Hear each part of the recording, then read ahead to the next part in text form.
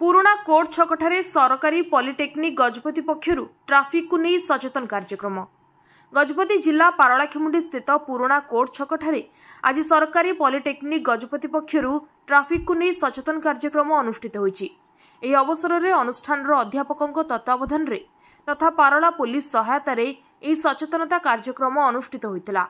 लोकों को हेलमेट पिंधि गाड़ी चलाइबा बेले फोन रे कथा न हेबा भली विभिन्न विषय को नहीं अनुष्ठान विद्यार्थी माने जनसाधारण को सचेतन करथिले।